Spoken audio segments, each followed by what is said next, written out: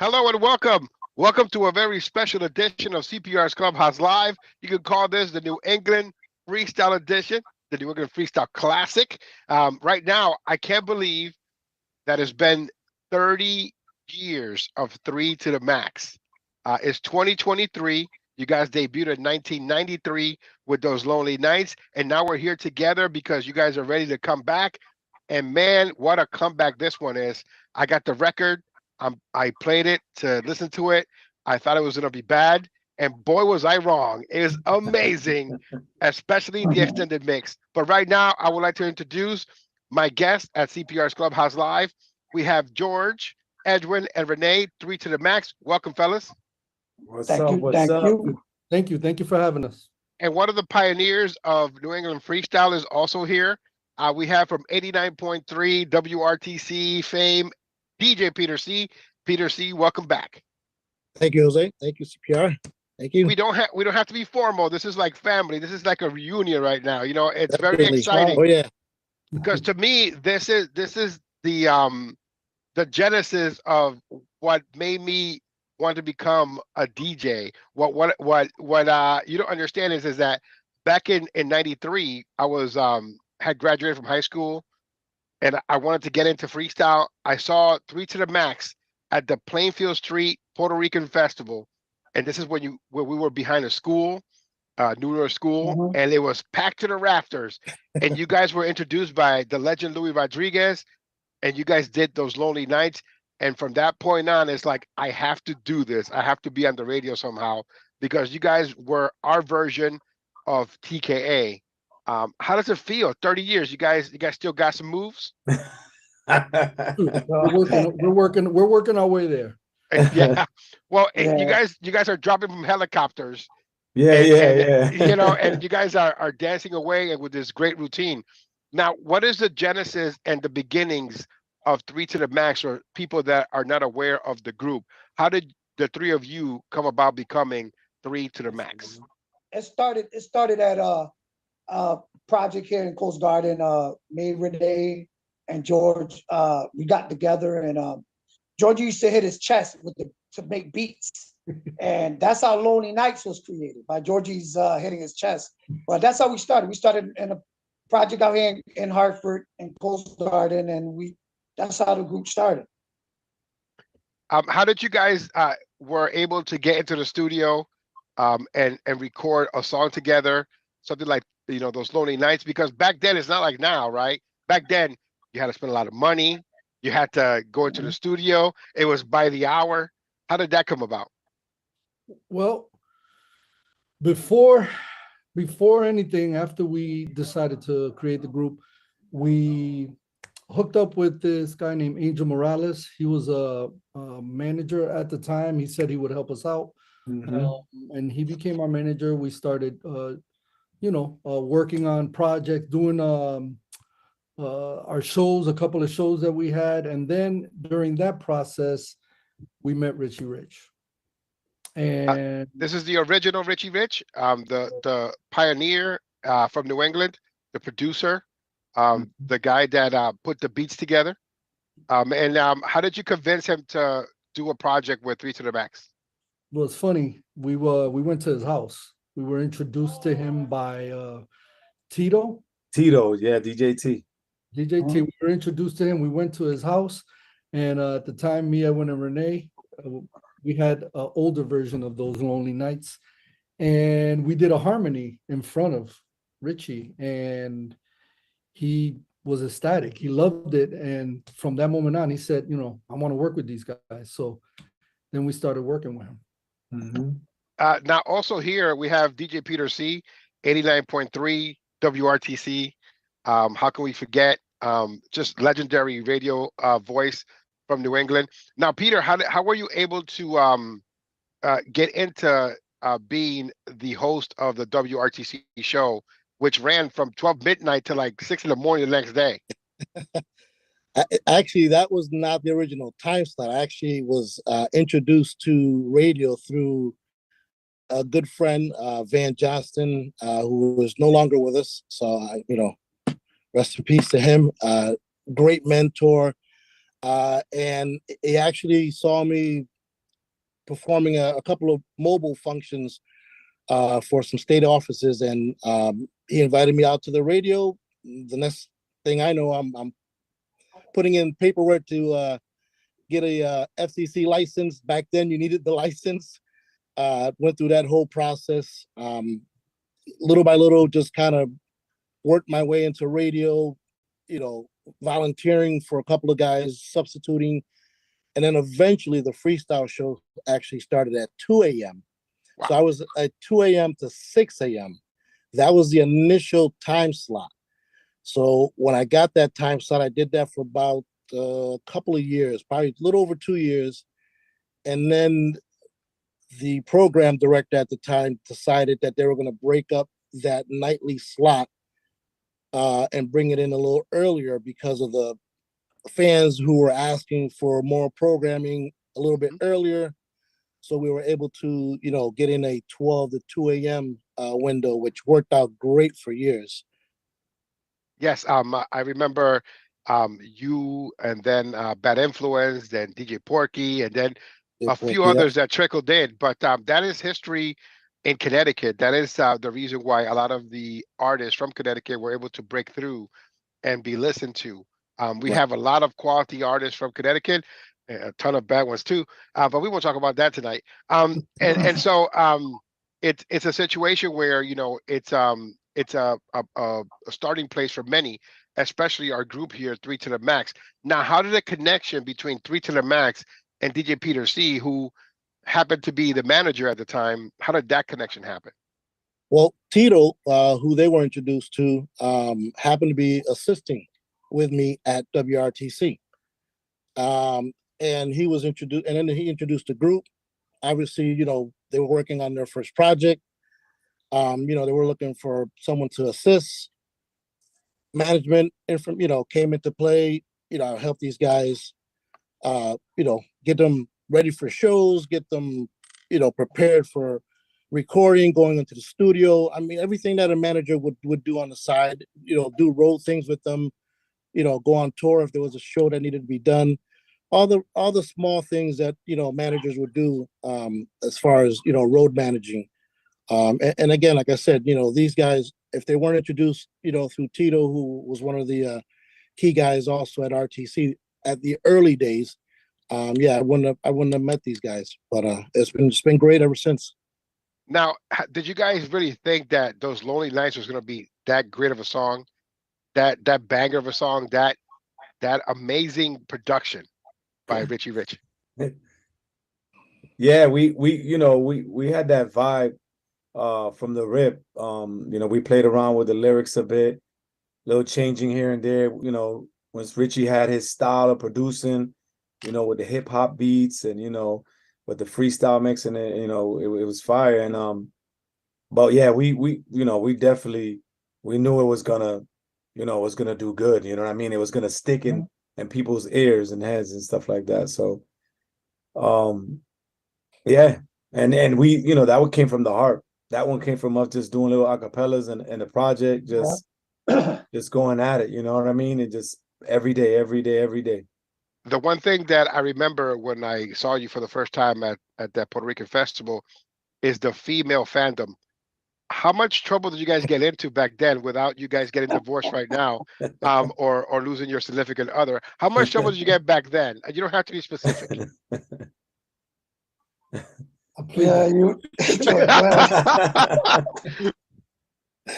But yeah, we had a good time. We had a really good time. We had a lot of people that supported us and followed us. So yeah, it was a good time.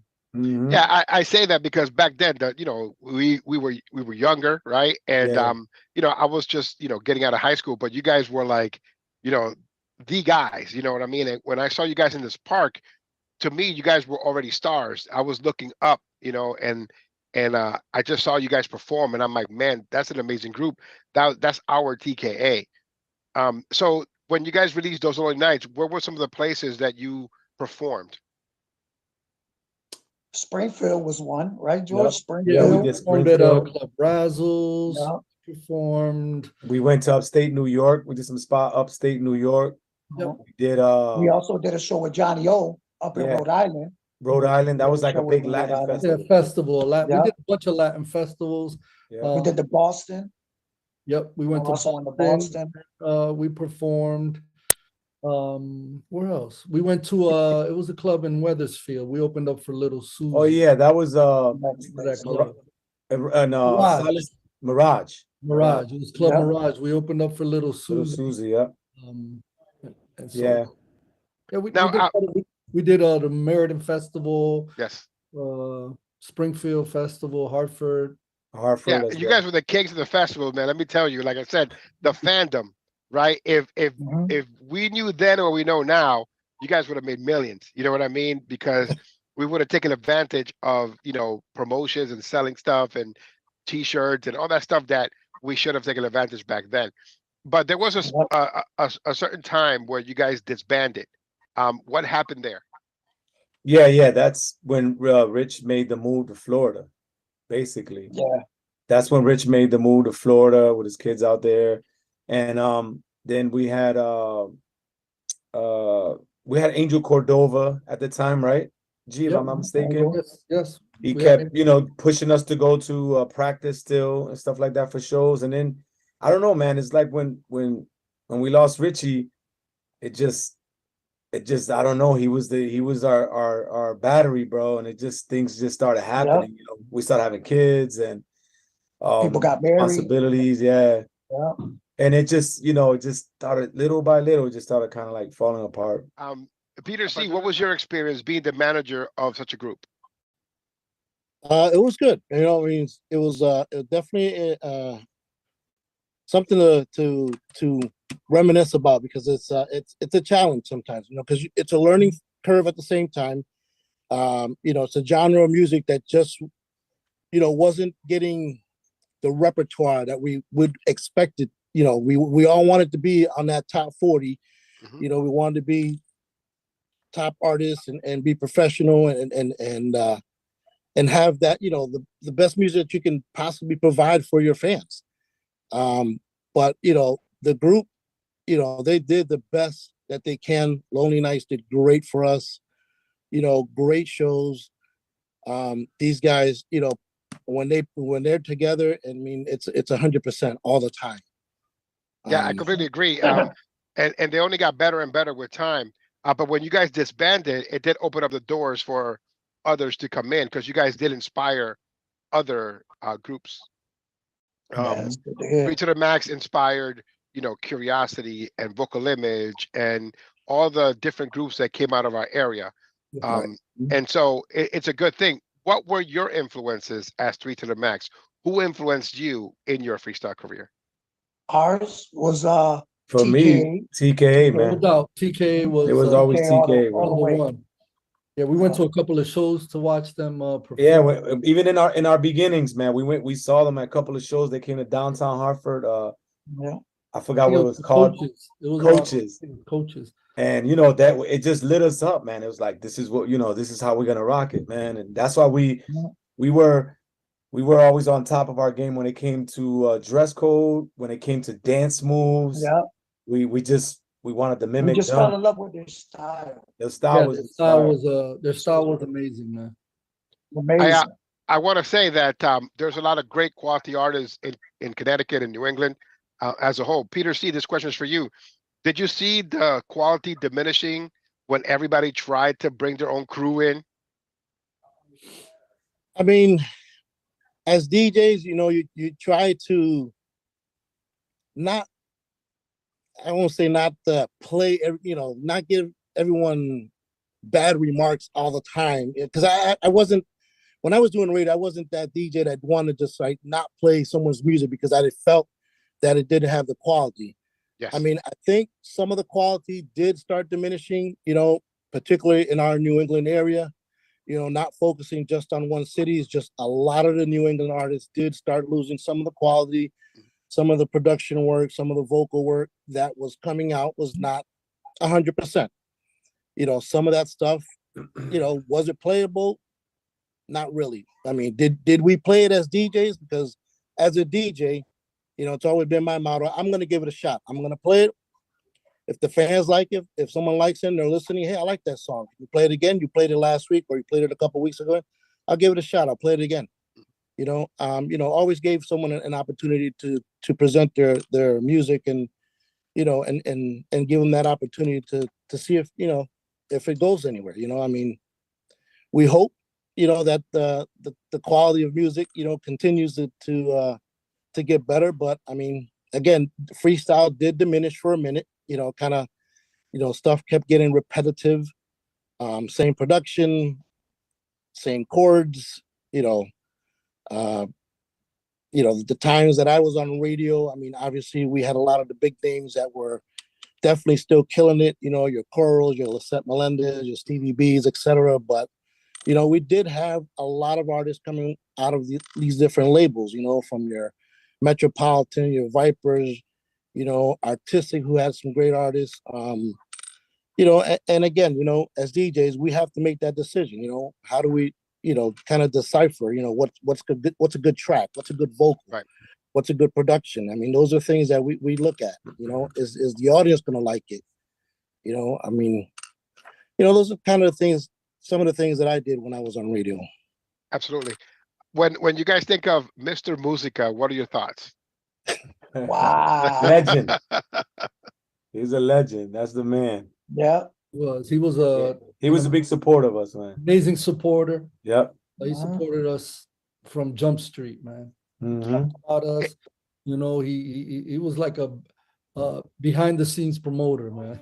I think that we diminished freestyle when Mr. Musica, every time you walk in there, he would say, "Yo, that's good, that's excellent. Yo, that's hot. It's hot, right?" And you would buy it, and it was hot, right? When you got that 3 to the Max, those only nice 12-inch record from Mr. Musica on Park Street in Hartford, Connecticut, it was hot, right? And then after a while, when other people from Connecticut started throwing in their artists in there, eventually everything that he said was hot wasn't, and that's how you knew that the quality was diminishing, And we won't point any fingers, but I wish that we still had that type of connection, because before we got on here to discuss 3 to the Max, Peter Cee and I were talking about the importance of DJs talking to each other about specific records in the music shop, Right. and to me, that's education. It appears now with the invention of social media, instead of people learning the history of our music, they make up their own, and that's why it's important for gatherings like this to happen, so we can educate the audience that wants to be educated. Now, after you guys separated and you guys went your separate ways, I know some of you had solo careers, some of you joined Idol Makers, some of you joined you created On Point with Billy Ray. Those experiences, do you regret them at this time? Well, I do. Yes. Because at that moment when that happened, I was going through some family issues at the time. But I was still in their music. I mean, I came out in Can't Stop and a couple of the songs. I was in it. Just that, when I was going through my problems, I had to step away. So that's one I wish I didn't. Let's put it that way. And we also had like music that you never heard, man. We did some R&B tracks. We did some house tracks. Yeah. Some like summer jam tracks, and they're still there collecting dust. I mean, yeah. But, we have. There's no time like the present to put that 3 to the Max album out, because it's something that it's needed to have a 30-year retrospective anthology of 3 to the Max was something that the community is in need of, especially in New England. But so who was DJ? Not DJ. Who was what was the name on your new label? Eddie Blaze, wasn't it? Eddie Blaze. My boy Eddie Blaze. Yeah, Eddie Blaze. I gave him that name. Eddie Blaze. Yeah, on I Don't Make a Records. What made you get together after all this time, 30 years later? Well, basically, it started in the beginning of last year. I noticed that artists like George Lamont, Cynthia, started putting a couple of new projects out. And so I gave Richie a call and I said, "Rich, it would be cool. You know what? if we put out a new project? It's been 30 years, man. What do you say about that? And then Richie said, go ahead, man, start writing something and send it to me. And then I gave the fellas a call, Ed, Rene, and, talk to them and say, hey, man, listen, guys, you know what? Why don't we pick this back up where we left off? You know what I mean? And they were like, yo, man, let's do it. So, we just, put our belts on and we got to work. Well, one third of On Point, Billy Ray released his track in 2022 to great response. And so when we found out that out of that was coming a reunion of Three to the Max, it's like cake and more cake and more cake. It's like I'll take a piece of that. It's exciting. And the fact that you guys kept to your roots and you brought back Peter Cee to the fold, I think that's an honorable thing, and that shows the connection between all of you, that you guys can not care about the past, not care about what happened and how you guys disbanded, but that you guys can get back together and just say, well, we learned from our past, and we're going to continue on with what's going to happen in 2023. And what a comeback. The song is I Knew It Was You, coming back on February 3rd, 2023, is a brand new single of Three to the Max. Let's talk about this record, because the extended mix is amazing. I sent it to my DJ Cliff Potts. He's not my DJ. He's part of the CPR's Clubhouse crew. He's his own man, of course. But when he one of his top 10 songs of 2022 was Billy Ray's, and now he's like, I guess I already have one for the list for 2023, because he got the sneak peek of the new one from Three to the Max. I Knew It Was You. So he's excited. He's already ready to put it on the mix, and we're gonna debut it right after this. But tell me about this record, and tell me about who wrote it and the production and the process. Yeah, like I said, after I talked to Rich and he told me, George, get into the lab, see if you could create something. I went ahead and wrote I Knew It Was You. It's basically a love song. It could be relatable to any couple, matrimony, boyfriend, girlfriend relationship, girlfriend, boyfriend relationship. We don't discriminate. But it's basically a love story of how, you meet your significant other for the first time. And so, I wrote it, and, we collabed together, me, Edwin, and Rene, and, we were able to complete the project. I created the melody on it. Then I sent everything back to Richie. He loved it.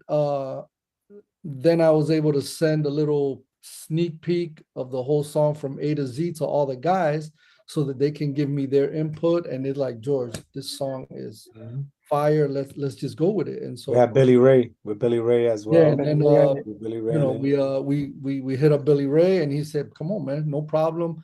I'll help with the vocals. And that's how it started. Richie started creating, the mastermind started creating this amazing beat, and we went from there. He came down probably early during the year, probably April, I believe it was. And we went into Edwin Ramos Studios and did vocals and stuff like that, dropped the vocals down on it. Everything worked out smoothly, and we went from there. Did you guys get deja vu in the studio? Like, not because you were working with Edwin Ramos, but the fact that you guys were together in the studio. And sometimes when you're in a studio in a setting like that, your past, your present, and your future flashes all at the same time. Yeah, definitely. Yes, indeed. It was. I was nervous, to be honest with you. I was real nervous. I was like, 30 years, I'm like, how are we gonna sound? Are we gonna sound the same or whatever? But you know what? We connected. I will say this, and I'm sorry to interrupt you. You guys didn't miss a beat. I've been listening. I got it 2 hours ago, and I only stopped listening to it because I had to do this interview. So for 2 hours, I'm listening to this, and you guys didn't miss a beat. Not only do you have the Three to the Max style in here, but there is an on point, twist to it with a modern sound. But you guys are also, faithful to your original sound. So it's everything mixed together into this beautiful baked beat and production. And I can't wait for the audience to listen to it as soon as we have the opportunity to play it on the CPR's Clubhouse programming. And of course, we're going to play it at the end of this interview. So, man, Peter Cee, when you were invited back into the fold, right, when they called you and said, Peter, there's only one person for this job and it's you, what did you say? I was a little hesitant, to be honest with you, because like I said, it's been 30 years. And, you know, I haven't managed anyone since, you know, the last group, because I had a Latin group that I was managing for a while. And I kind of put that aside. I said, okay, well, it's time to put that to rest and move on, because I was still doing music. I'm still, like I said, still DJ. I still have a mobile company and I still do podcasting and so forth. But it was great because I've always kept in contact with Ritchie. And, you know, I always seen the guys, you know, the guys are always around and we always chat and stuff. And it was great to get that phone call from Ritchie and just, you know, reminisce. And when he said the guys are in the studio, I'm like, really? And it was a little surprised at first, but I was like, I was interested. I was like, what's going on? You know, give me some more info. He's like, well, guys want you to, you know, manage and come back in. So that was a big plus. I think about WRTC 89.3, and I'm like, isn't it time for you to go back, Peter? Just for a limited time, you know, maybe revive the old time slot. You know, that'll be great. It'll be a great honor for us to listen to you again. With the you know, technology, the way things are, there are so many ways for you to push your brand. And if you want to listen to anything from Peter Cee, we're going to have the links on the description of this show. But let me tell you, I sit here at the same time that I'm speaking to you, and I'm just getting flashbacks of the 90s, the 2000s, and all the time. And listen, it feels like time hasn't really passed by, right? It's just here we are where we're supposed to be all together in a room talking about the return of the greatest freestyle group to ever come out of New England, right? 3 to the Max. And I say that because that's something that you earned. It's not something that I gave you. It's something that you guys earned by traveling all around New England, New York, and all the area would accept you. And I know that now because of social media, your message, your music is going to go even further, because to this day, those Lonely Nights is played by so many different DJs from all around the world. Texas, you know, it's California, Mr. Tim Spinning Shomer, Cliff Potts, just a lot of people. And then you go international to Brazil, and they're still rocking that yellow record with the black. And that's kind of amazing, right? Because that was something that's ours, right? That was a Mr. Musica store. And for some reason, somebody in Brazil got a copy. You know what I mean? And those are the things that we think about. Wow. You know, and there was a long time too where that 12-inch record was worth a lot of money because people couldn't find it. But you know, once the internet opened up a little bit, you know, it started becoming a little less expensive. Because I remember selling that 12-inch record for a few $100s to people because they couldn't find it, and it was only limited to a certain area, you know. But I'm truly proud of the fact that you guys are together here as one, and that you guys are going to continue rocking with each other after 30 years, whatever union, right? And I'm hoping that I see you guys performing. Are you guys open to performing now? Because I've been trying to get you guys to come back for a long time. Yes, right, George? We're open to it. It's gonna be some work and some equipment, but we just make sure you have an ambulance with some oxygen tank. We're gonna have a 6 packs of Ben Gay for each and one of you. You know, you can rub them on your knee. You know what I mean? Some icy hot. You know, all that good stuff. Pack. And we're gonna have plenty of ropes, so when you come down from the helicopter, you know, and you drop down, you know what I mean? You drop down correctly. You know what I mean? You don't drop down and bust your knee. You know what I mean? But yeah, we have discussed the possibility of this track, you know, making noise, and that there'll possibly be some requests. So yeah, we're definitely taking that into consideration. You know, as well, you know, we have our lives and our personal lives and the things that we're doing as well. But you know, we've committed to you know, to working on this brand and working on you know, promoting this single. Excellent. So listen, I wanna give everybody a chance to speak. So Peter Cee, I'll start with you. Do you have any shout outs, as they say on the radio, or anyone that you would like to thank? Basically, we'll start off with Ritchie Rich, who basically kept us all together. I want to thank Ed Ramos at Platinum Studios. I want to also thank Carlos Barrios, who also assisted, Alexis, who did the edits. A lot of good people behind this project. And thanks to the guys. I mean, without these guys, putting their 100% work into this project and dedicating the time and making sure that this was a solid project, because 30 years, who think about it? I mean, how many artists do you know that stop doing something and then decide to do something all over again after 30 years? It's unheard of sometimes. And sound just as good. And sound exactly. Mhm. Yeah. Edwin, I'll give you the floor. Who would you like to thank or give a shout out to? Richie Rich, also my parents, my kids, you especially. You always been there for us, and you're not only a friend or DJ with us, you're a family, you're part of this. So especially you.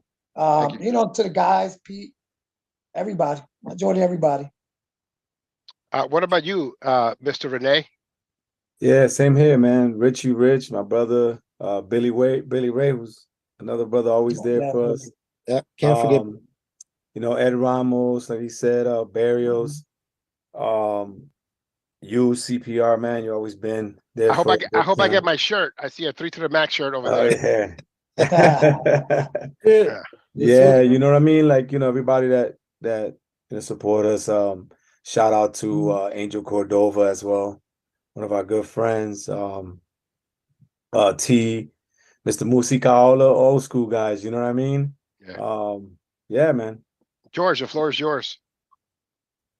Well, first of all, I want to thank the Lord, man, because without him, we wouldn't be here, man, and health and being able to do the things that we do. Thank all the people behind the scenes that made this track come out amazing. Richie Rich, our brother friend, Carlos Barrios, who assisted in this project, Edwin Ramos. You came from Puerto Rico, G. DJ Alexis, which did the edits for our songs. Chef's kiss. Yes. As Love far it. the DJs, all the DJs who have supported us over the years, including you, CPR. You've been amazing. You've been like brother, like a family member to us. Well, just wait on the compliment because I got something to say after this.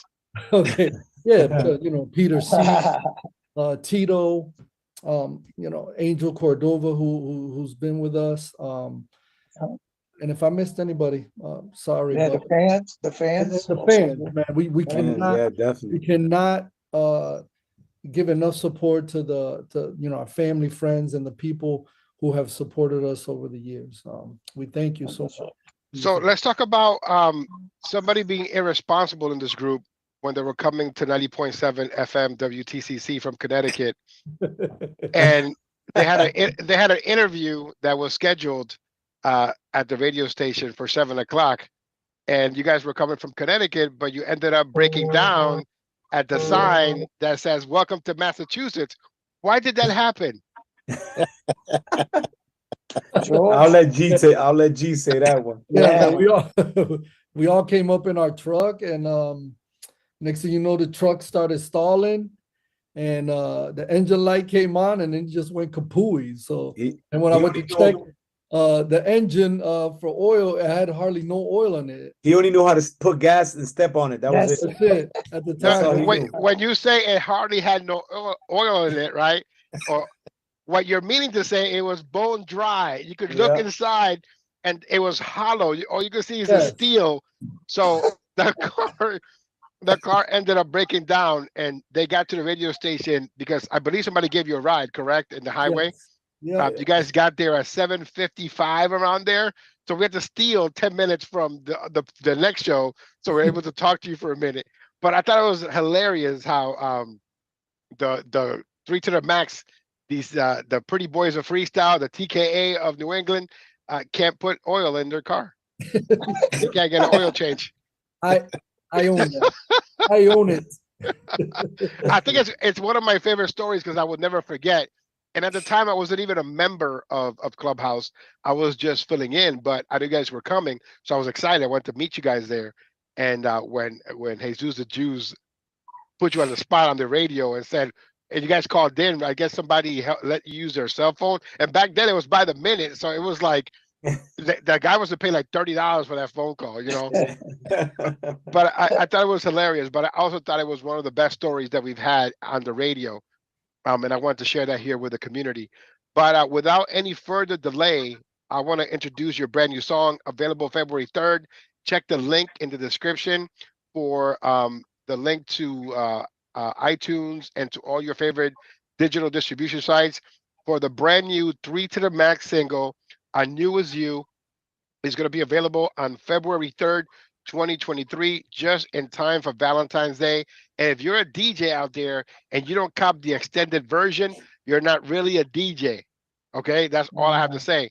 I hope that there's CDs. I hope that there's vinyl. I hope that you guys have mats for the floor. I don't care. Merchandise the crap out of this one is going to be great. So who would like to introduce the song? You guys want to do it together? Yeah, G. Go ahead, Georgie. Well, to all the fans, to all the supporters, you are about to listen to our new release, our new track called I Knew It Was You. Hope you enjoy it. This is CPR's Clubhouse Freestyle Universe with CPR, Jose Ortiz, the Vinyl Assassin, DJ Cliff Pot, and the Duchess, Cheryl Rodriguez. The crazy Puerto Rican. CPR Jose Ortiz is in the building. Jamming freestyle in New England. And now, the world.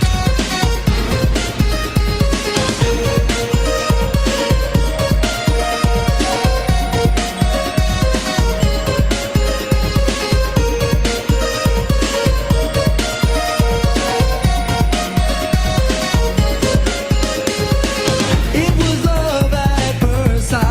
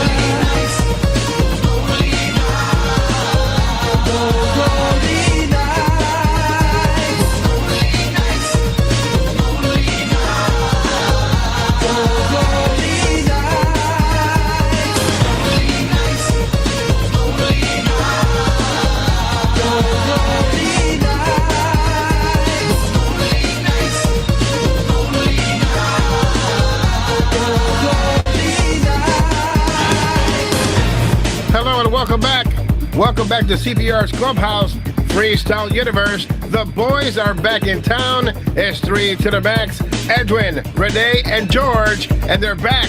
1993 is the debut of Those Lonely Nights. And right now, you can call me Mr. Exclusive as they reunite 30 years later. This is CPR Jose Ortiz. Mr. Exclusive. Mr. Exclusive.